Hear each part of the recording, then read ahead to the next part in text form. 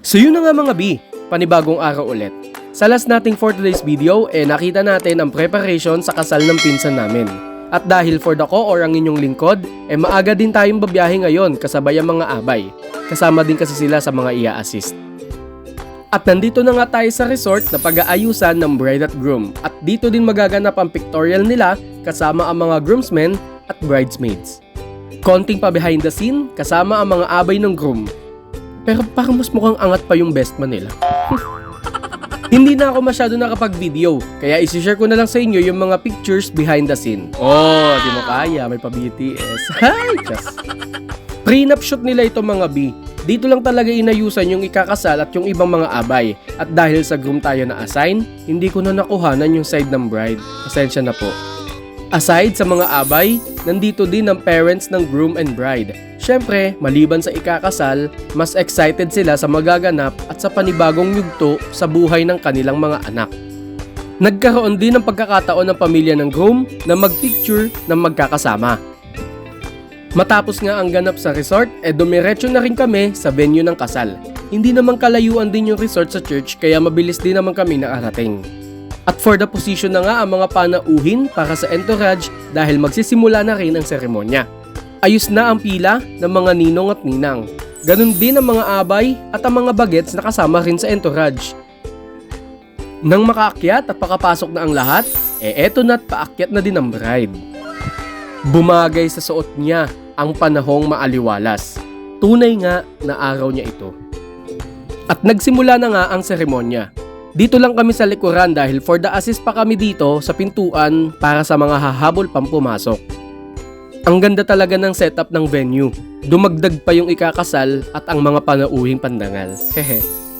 Sa seremonya, shinare ni Pastora ang mga pinagdaanan at paano humantong sa kasalan ang desisyon ng dalawa. Nagbigay din siya ng ilang piece of advice about love and life sa ating newlywed. At eto na nga, punta na tayo sa wedding vows mga B. Makikisana all lang ako. Pinapangako kong igagalang at aalagaan ka. Kahit na lagi kang tama at ako mali. Ayan. Na kahit mali ka na, tama ka pa rin. Mamahalin pa rin kita. Sana hindi ka magsawa at supuan ako ano man ang problemang dumating sa akin. Kasama natin lagi ang Diyos at gagabayan tayo sa pang-araw-araw natin gano'n. Mahal kita ngayon, bukas at magpakailanman. Tatayuan sa paanan ng Panginoon at sa harap ng mga taong nagmamahal sa atin. Ipinapangako ko na sa anumang pagsubok na ating pagdaanan, ako ay mananatiling sa iyo at ikay mananatiling akin. At sa bawat pagod at hirap na dulot ng buhay dito sa mundo, ipaparamdam ko sa iyo yung pagmamahal na anak ko po sa iyo. Mamahalin kita bukas, ngayon at kailan.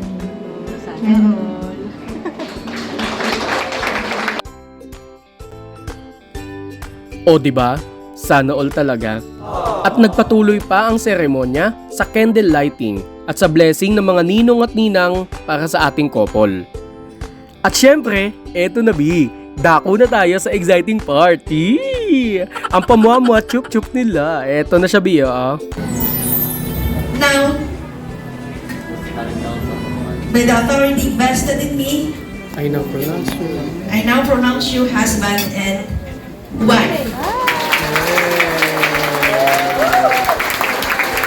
Ryan, you may lovingly kiss your bride.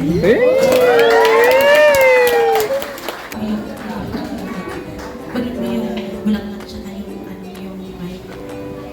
Ayan. Ha? Kasi may mga hawak si Mars. May mga assistant. I-free natin si Mars. Huwag natin manuhin si Mars. Okay? You may kiss your bride, Brian.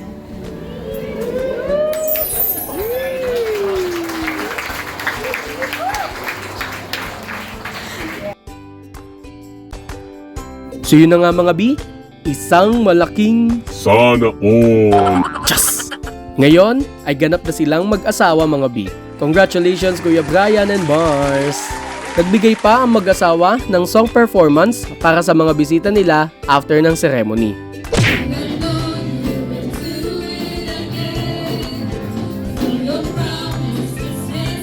Pagkatapos, dumiretso na agad sa reception program. Sinayaw din pala ni Kuya mo Brian ang kanyang motherhood. Tamang marites lang din ang mga person sa mga ganap. Dito din ay nagkaroon ang married couple ng pagkakataong maisayaw ang isa't isa.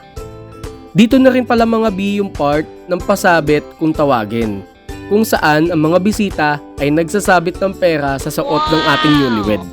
Nagpakasobre sila mga B, kaya malabong appliances yung isinasabit nila. Just. Actually, ito talaga yung nagpasana all sa akin. Pera. Oy, eme lang ha.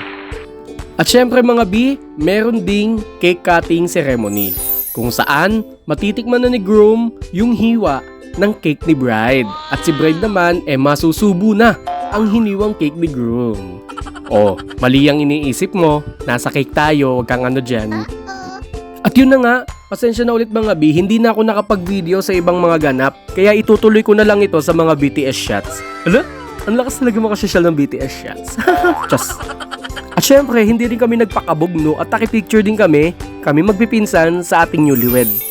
At alam nyo ba mga B, nabigyan pa ako ng pagkakataon na mag-message sa bagong kasal. Nadama kaya nila?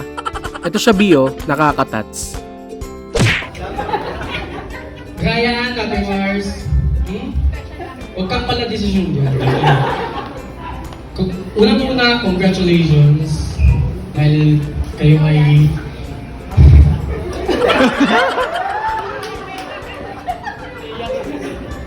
yung sa...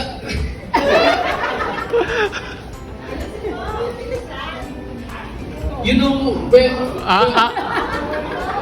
hotdog! Okay na po yun. Alam ka naman natin si Mike. Okay. Siyempre magkakita. Ang linaw, di ba? Hanggang ngayon, di pa rin ako makaget over sa message ko na yun. Nang matapos na ang ceremony ay nagkaroon din ng pictorial ang bagong mag-asawa. At yun na nga yung mga ganap mga B, maraming salamat sa pagsama sa akin. Congratulations ulit, Kuya Brian and Ate mo Mars. Humayo kayo at magpakarami. At sa inyo mga B, thank you sa suporta ha. Next time ulit. Magsisiingat kayo palagi. Okay, bye!